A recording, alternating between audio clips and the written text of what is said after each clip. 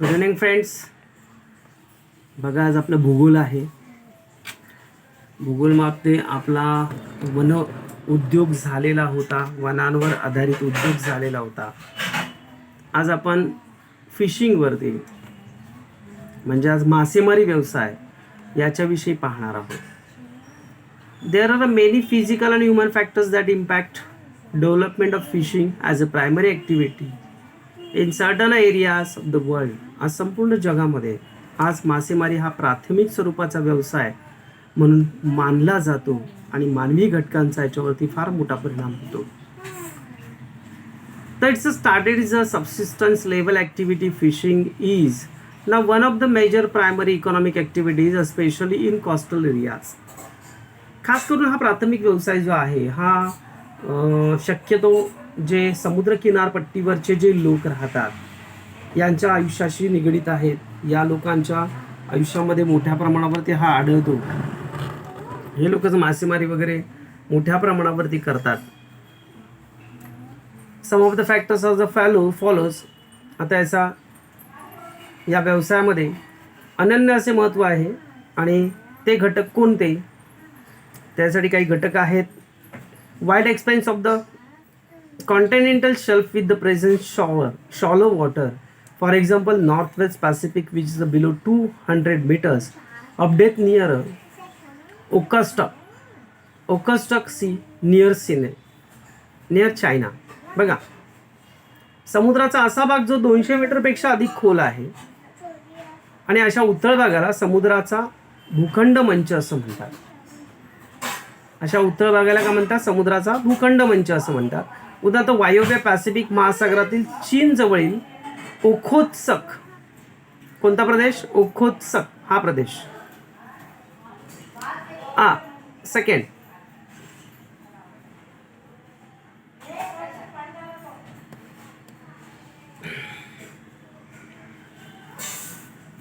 confluence of the warm and cold currents and subsequently growth of the abundant Palancourt. As a result, development as a fishing ground of the back take place. For example, meeting of warm Kuroshio current with the cold Oishio.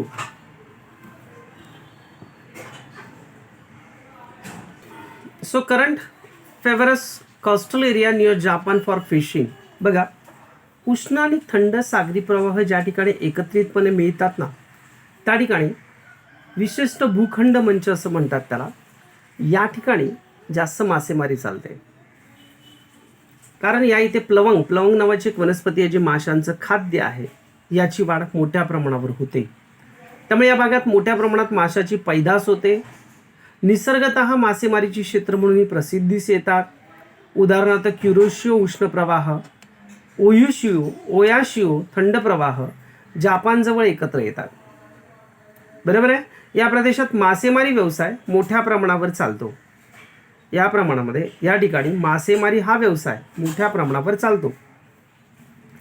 नंतर मासेमारीवर परिणाम करणारे घटक कोणते बघा. Other factors which is favourable for development of fishing are the traditional skill of some people who are naturally goods as a fishing. For example, Japanese and Chinese, the fishing activity has further development over here. Large population of country, lack of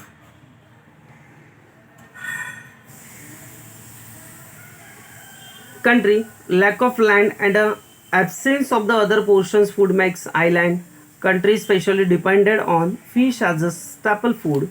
For example, Japan, Philippines. बघा, Japan आणि चीनसारख्या काही देशामध्ये खास त्यांना पारंपरिक म्हणजे पुरातन काळापासून मासेमारीचं कौशल्य त्यांना प्राप्त झालेलं आहे. बरोबर आहे. कारण चायना, आज तुम्ही बघाल यूट्यूबला मासेमारी वगैरे चायनाची बघा कशा पद्धतीत ते मासेमारी करतात. जापानमध्ये चारी बाजूला समुद्र किनारपट्टी असल्यामुळे बरंचसं तिथे फायदा त्यांना होतो. त्यामुळे त्यांना मासेमारीचं त्यांना पारंगतच झालेले आहेत त्याच्यामध्ये ते. त्यामुळे येथे हा व्यवसाय फार वृद्धिंगत झाला आहे, म्हणजे वाढलेला आहे. दुसरी गोष्ट, जमिनीची कमतरता.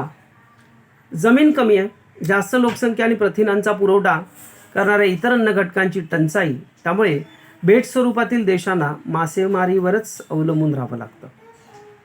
जापान, फिलिपाईन्स यामुळे हा व्यवसाय परंपरेने आर्थिक व्यवसाय म्हणून विकसित झालेला आहे. हा व्यवसाय आर्थिक व्यवसाय म्हणून विकसित झालेला आहे. Absence of the alternative occupation makes a fishing a major occupations. इतर व्यवसायाची कमतरता सुद्धा या व्यवसाय वाढीला कारणीभूत ठरते. कारण बरेचसे व्यवसाय सुद्धा नाही आहेत आता गावखेड्यांमध्ये. मोस्ट ऑफ व्यवसाय नाही आहेत, कमी आहेत. Use of technology has increase fishing activity. अद्ययावत तंत्रज्ञानाच्या वापरामुळे व्यवसाय वाढीला चालना मिळालेली आहे. Broken coast lines provides excellent portal facilities. दंतूर किनारे उत्तम बंदराच्या निर्यातीला सहाय्यक ठरतात. दंतूर म्हणजे खोलवर, थोडक्यात उथळ पाण्याचे समुद्र असतात तेथे. Cold climate is a temperature region of facilities of preservation of fish in tropics countries. Artificial refrigeration facility have to be developed. उच्च अक्षवृत्तीय प्रदेशामध्ये मासे हा नाशवंत पदार्थ सहज साठवता येतो आणि उष्णकटिबंधात मात्र त्यासाठी शीतगृहाची सोय करावी लागते. कशाची सोय करावी लागते? शीतगृहांची सोय करावी लागते. Nearby forest provides wood for ship building. किनारपट्टीच्या वनप्रदेशाजवळ असलेल्या जहाज बांधणी व्यवसायासाठी लाकूड सहज प्राप्त होते. जहाज बांधणी व्यवसायासाठी लाकूड काय होते? सहज प्राप्त होते. त्यामुळे इथे फिशरी ही मोठ्या प्रमाणावर चालते. देन नेक्स्ट पुढचा व्यवसाय पशुपालन. पुढचा व्यवसाय पशुपालन. लक्ष द्या. That is called animal husbandry. Look at the map in figure 4.1. The answer the following question. Do you think there is a correlations between animal husbandry and grassland? पशुपालन आणि गवताळ कुरणे याचा एक सहज संबंध सांगा. असे काही नकाशामध्ये प्रश्न विचारलेले आहेत बघा. दुसरा आहे पशुपालन हा व्यवसायाचा विकास सर्वात कमी कोणत्या खंडात आढळतो? In which continent animal husbandry not a practiced to large scale. In which regions of the world do animal husbandry and agriculture coincide? जगातील कोणत्या प्रदेशामध्ये पशुपालन आणि शेती एकत्र होताना दिसते? चौथं, animal husbandry is found in between which altitude for the world. कोणत्या अक्षरवृत्ताच्या दरम्यान पशुपालन होताना दिसत आहे? नंतर in which zone between the 30th north and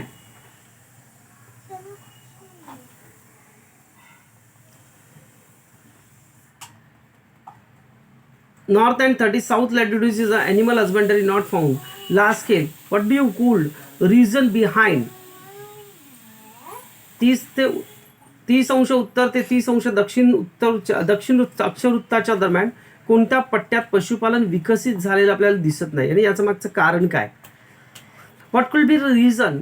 Concentrations the animal husbandry in the eastern part of the Australia. Australia खंडाच्या पूर्व भागात पशुपालन केंद्रित झालेलं आहे. भरपूर पशुपालन होतं. त्याचं कारण काय? Why is the animal husbandry develop more in the arid region of the interior of the continent. खंडांतर्गत शुष्क हवामानाचा जो प्रदेश आहे, पशुपालन व्यवसाय जास्त प्रमाणात का विकसित झाला असावा इथे? या सगळ्याची कारणं आपल्याला शोधायला लागत आहेत. ओके, नकाशाद्वारे आपल्याला शोधायचं आहे.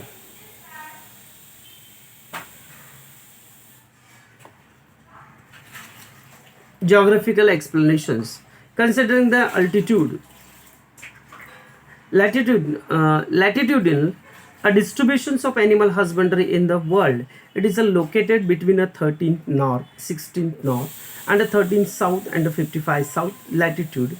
Climate is one of the most influencing factor of the development of the animal husbandry. It is a more development in the northern hemisphere. A presence of the grassland in all the continents has led to distributions of this occupation, but this occupation is fulfilled by the advanced technology, market, and availability of large estate. It has developed on the commercial basis. in North America, South America, and Australia.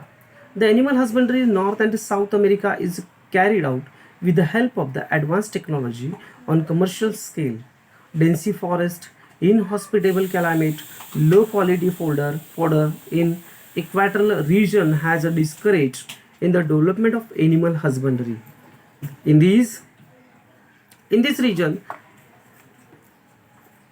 Looking at a figure 4.1 बघा, जवळजवळ आपण बघायला गेलं तर पशुपालन व्यवसाय जो आहे याचं जागतिक वितरण 30 ते 60 उत्तर आणि 30 ते 55 दक्षिण अक्षवृत्ताच्या दरम्यान झालेला आहे. या व्यवसायावर हवामानाचा प्रभाव दिसून येतो. उत्तर गोलार्धामध्ये या व्यवसायाचा विकास जास्त झालेला आढळतो. ऑस्ट्रेलिया आणि दक्षिण व उत्तर अमेरिका खंडातील पशुपालन अत्याधुनिक तंत्र, बाजारपेठ, विस्तीर्ण गवताळ कुरणे याने प्रभावित झालेला आहे. दक्षिण अमेरिका, उत्तर अमेरिकेतील पशुपालन उच्च तंत्रावर आधारित असून तेथे व्यवसायाचे यांत्रिकीकरण मोठ्या प्रमाणावर झालेलं आहे. घनदाट वने, रोगट हवामान, निकृष्ट चारा असणाऱ्या विषुववृत्तीय प्रदेशात या व्यवसायाचा विकास फारसा झालेला नाही आहे. हा जो व्यवसाय आहे या व्यवसायाचा विकास फारसा झालेला नाही आहे. 4.1 मध्ये असं पाहता लक्षात येतं की शेतीखालील प्रदेश आणि पशुपालन वितरण याचं प्रमाण एकत्रितपणे आपण आढळून येत आहे. ओके, त्याच्यानंतर आहे मायनिंग. त्यानंतर बघा 4.1 या नकाशामध्ये खाणकाम व्यवसाय उत्तर अमेरिकेच्या कोणत्या भागात जास्त आहेत? फक्त नकाशावरचे प्रश्न आहेत, मराठीतच सांगतो. दक्षिण अमेरिका खंडाच्या कोणत्या किनारपट्टीवर खाणकाम व्यवसाय केंद्रित झालेला आहे? मायनिंग छोटासा टॉपिक असतो. आज तुम्हाला पशुपालन, खाणकाम आणि आधीचा एक पॉईंट कुठला घेतला? मासेमारी. तिघांवरच्या टिपा पाठ करून लिहा. ठीक आहे, काय? मासेमारी, खाणकाम आणि पशुपालन, animal husbandry, mining and fishery. Okay, fishing. इतर सर्व प्राथमिक व्यवसायाशी तुलना करताना खाणकामाचा विस्तार अक्षरवृत्ताशी निगडीत वाटतो, कारण इथे मोठ्या प्रमाणावरती खाणी आहेत. का? असं का? खाणकाम व्यवसायाचे जगात जे केंद्रीकरण पाहता तुम्ही, त्याचा संबंध देशाच्या आर्थिक विकासाशी लावू शकता का? देन मानव खनिजाचा उपयोग प्राचीन काळापासून करत आलेला आहे. हत्यारं, अवजारं, दागिने, भांडी, औषधे इत्यादी तयार करण्यासाठी खनिजांचा वापर केला जातो. Man has been using a mineral since ancient times. Minerals have been use for making weapons, tools, jewellery, medicines, utensils, etc.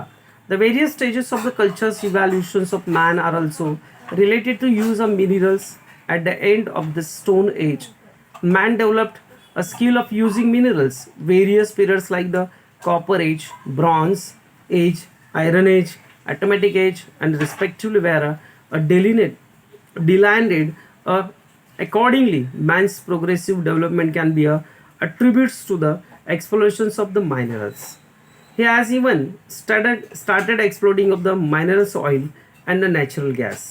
बघा, मानवी खनिजाचा उपयोग आहे ना प्राचीन काळापासून करत आलेला. हत्यारे बनवण्यासाठी, अवजारे बनवण्यासाठी, दागिने बनवण्यासाठी, भांडी बनवण्यासाठी, औषधामध्ये सुद्धा खनिजांचा वापर केला जातो, मिनरल्सचा वापर केला जातो. मानवाच्या सांस्कृतिक उत्क्रांतीचे वेगवेगळे टप्पे सुद्धा खनिजाच्या वापराशीच निगडीत आहेत. दुसरी गोष्ट सांगायला गेलं तर पाषाण युग जे होतं याच्या शेवटच्या टप्प्यात सुद्धा मानवाने भूमिगत खाणकामाचे कौशल्य आत्मसात केले होते. जमिनीच्या आतमध्ये खाणकाम करणे. त्याच्यानंतर मानवाचे टप्पे पडले कांस्ययुग, ताम्रयुग, लोहयुग, अश्मयुग, अणुयुग याप्रमाणे त्याचे कालखंड ठेवण्यात आले होते. Automatic age respectively was delineated according to man's progressive development can be attributed to the explorations of minerals. He has even started exploring the mineral oil and natural gas. Agricultures. त्याच्यानंतर पुढे शेती. याच्यामध्ये थोडंसं दिलं भौगोलिक स्पष्टीकरण.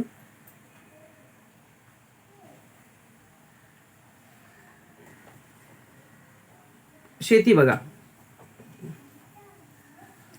ॲग्रिकल्चर याच्यामध्ये दिलेलं नाही आहे मराठी याच्यात. एक मिनिट. हां, मराठी याच्यामध्ये ॲग्रिकल्चर्स मला वाटतं नंतर दिलं आहे. एक मिनिट हा, एक मिनिट. नाही दिलंय. हां दिलंय.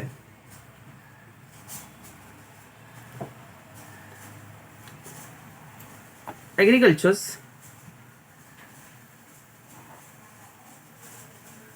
एक मिनिट हा, 2 मिनिट, फक्त 2 मिनिटं.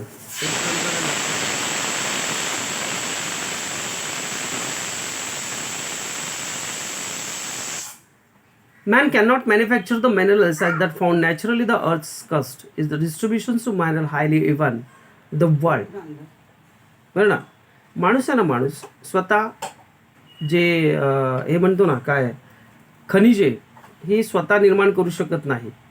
ही ऑलरेडी निसर्गतः तयार होतात. ऑलरेडी कसे होतात? निसर्गतः तयार होतात. त्यामुळे खाणकामाला पृथ्वीचं खनिजांचं सुद्धा वितरण असमान झालेलं आहे. So they're found naturally in the earth crust is the distributions of the minerals is high universe uneven in the world. These activities depend solely on the presence of the minerals not related to altitude directly. Even though the minerals may be present, actually mining depends on the several factors. These factors may be geology of the region, the values of minerals, climate, capital investment, technology, skill, labor, etc. Due to mechanisms which the occupation has developed on the large scale, many industries are related to minerals located near mining areas. Improved transportation facilities are very important for the development of the mining occupation. This is a turn areas increases industries which is a turn leads to economic development of the country. बघा, भूकवचात सापडणारी खनिजे मानव निर्माण करू शकत नाही. त्यामुळे पृथ्वीवर खनिजांचं वितरण असमान आहे. त्यामुळे खाणकाम व्यवसाय पूर्णपणे खनिजांच्या उपलब्धतेवरच अवलंबून आहे. या व्यवसायाच्या विकासाचा अक्षांशाशी थेट संबंध नसतो. एखाद्या ठिकाणी खनिजांची उपलब्ध असली तरी प्रत्यक्षात खाणकाम व्यवसाय हे त्या प्रदेशाची भूगर्भ रचना, खनिजांचे मूल्य, हवामान, भांडवल तंत्र, कुशल मजूर पुरवठा या घटकांवरती अवलंबून असतो. यांत्रिकीकरणामुळे हा व्यवसाय आता मोठ्या प्रमाणावर विकसित झालेला आहे. खाण क्षेत्राजवळ खनिजांशी संबंधित असे बरेचसे उद्योग स्थापित होतात. तिथले खाणीवर आधारित असे बरेचसे उद्योग, तिथले कामगारांच्या वस्त्या, तिथली नगरं तयार होत असतात. मोठ्या प्रमाणावरील खाणकाम व्यवसाय सुद्धा विकसित वाहतूक व्यवस्था महत्त्वाची ठरते. खाणकाम व्यवसायात बघायला गेलं तर खाणकाम व्यवसायासाठी विकसित वाहतूक व्यवस्था ही फार महत्त्वाची असते. फार कशी असते? महत्त्वाची असते. खाणकाम व्यवसायात वाढ झाली की उद्योगधंद्यांचा विकास होतो. पर्यायाने काय होतं? देशाच्या आर्थिक विकासामध्ये वाढ होते. देशाचा आर्थिक विकास जो असतो याच्यामध्ये सुद्धा काय होते? वाढ होत राहते. ओके, पुढे